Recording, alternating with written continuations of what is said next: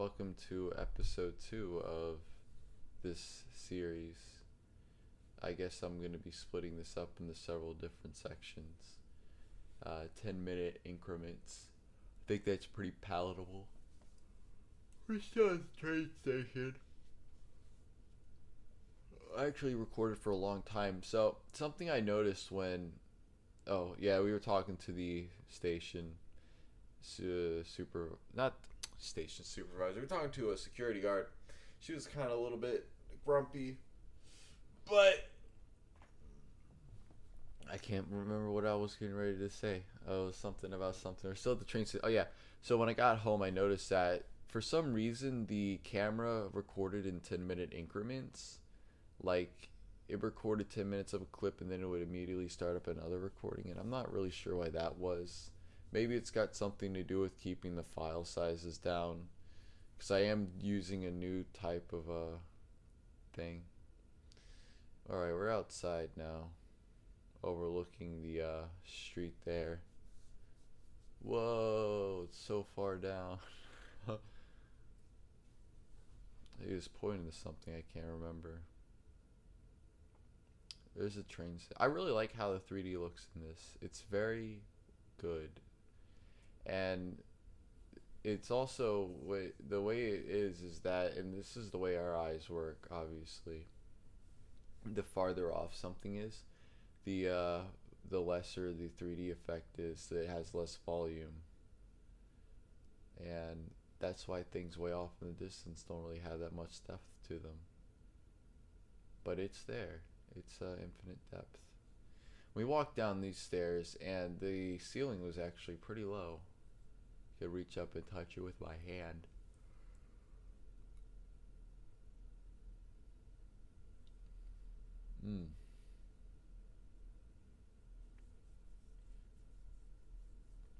Not really much to see in there, just a lot of space.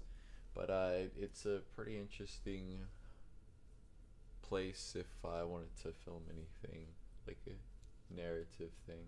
Oh, Casey was getting ready to go talk to the security. Ooh, okay, yeah. I don't know why I did that. I thought it was like, ooh, 3D. He's talking to him about the lady.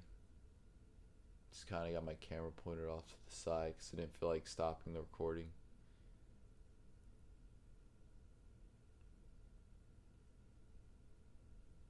What are you talking about? Security guard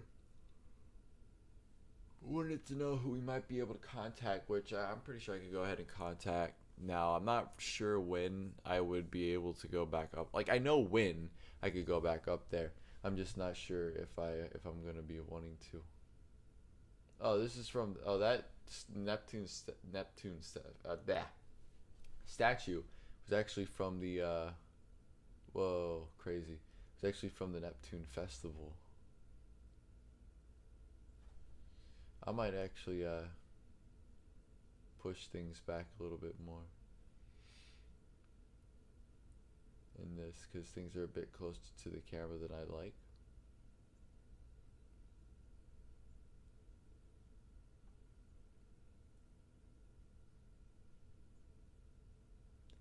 So we were like, alright, we're gonna leave now. And I was like, hey, let's go check out the let's go check out the canal walk, which is another one of the places I had gone to initially, and all that video was lost. So this is a place where all this is at. Is a place called Shaco Bottom in Richmond, and it's like the club scene, I guess. There's a lot of clubs down here, restaurants, you know, gentlemen's clubs, that kind of thing. I don't really actually go down there. In fact, I didn't really go down there till recently. Um, I've been down there before, but it wasn't until, like I said, within the last few weeks that I really started exploring around down there, seeing what was there. And there's a lot of interesting things down there. If you live in the Richmond area or just near Richmond, Well, if you live in the Richmond area, you probably have already been down through there a few times. But if you're not, if you haven't, I'd recommend checking it out. We have to wait for the light to turn green or red.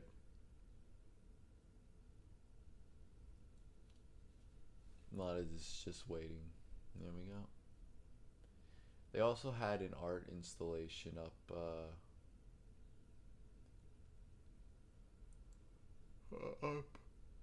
hanging down from the interstate. I believe that's I-95. I think that's what that is, or it's a road that leads to I-95.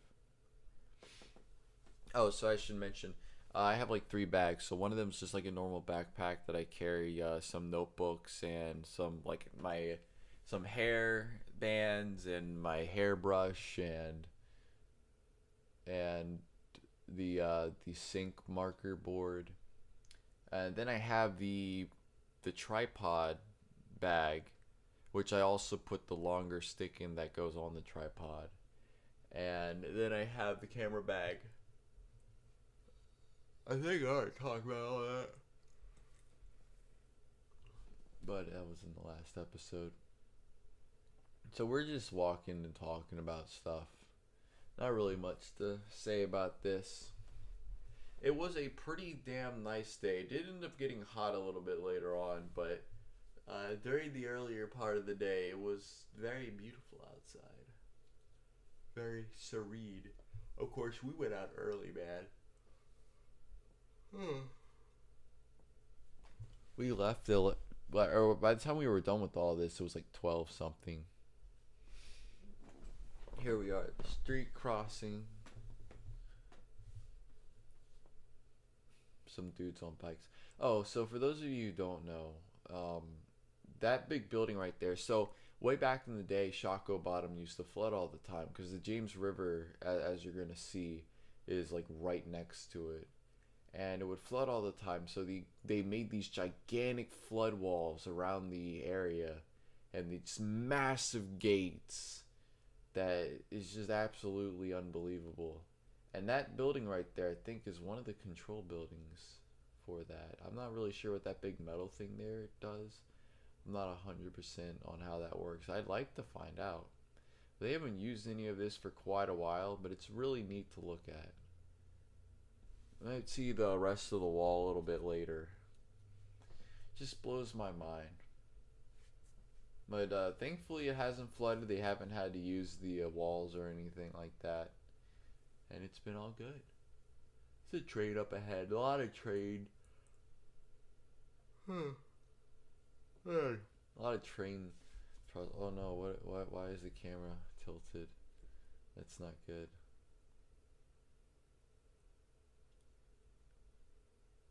So you're looking for a place to cross, because there really isn't any, so you just kind of gotta hoof it. Just kind of gotta do it. Just yeet on them.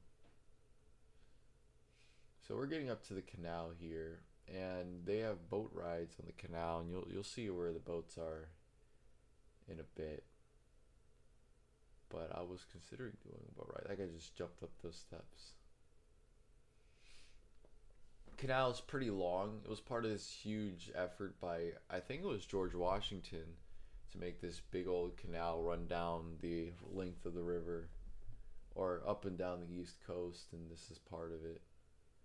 Obviously that they don't use it like that anymore. It's just kind of a tourist attraction, and you'll see a lot of this stuff. I keep talking, I keep getting ahead of myself.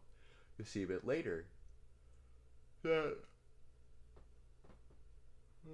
it's actually blocked off. The canal has been cut in two, but it still continues on the other side of that cut. Another low train trestle. There are a lot of train bridges. Richmond during the Civil War, if you know anything about the Civil War, which if you live on the East Coast, you probably definitely do. It was the capital of the Confederacy, I believe, and it held all the major railroads. And once the Union took Richmond back by burning it to the ground, And that'll be a story for another video, because there actually is a historical walk, Tredegar and all that. Once they burned Richmond to the ground and took it back over, they controlled the railroads, and they were basically able to to make the South start hurting. So a lot of people like to come run down through here on their bikes and things. And you can even take your own boats out onto the river or the canal, the canal. Just recorded a lot of nonsense.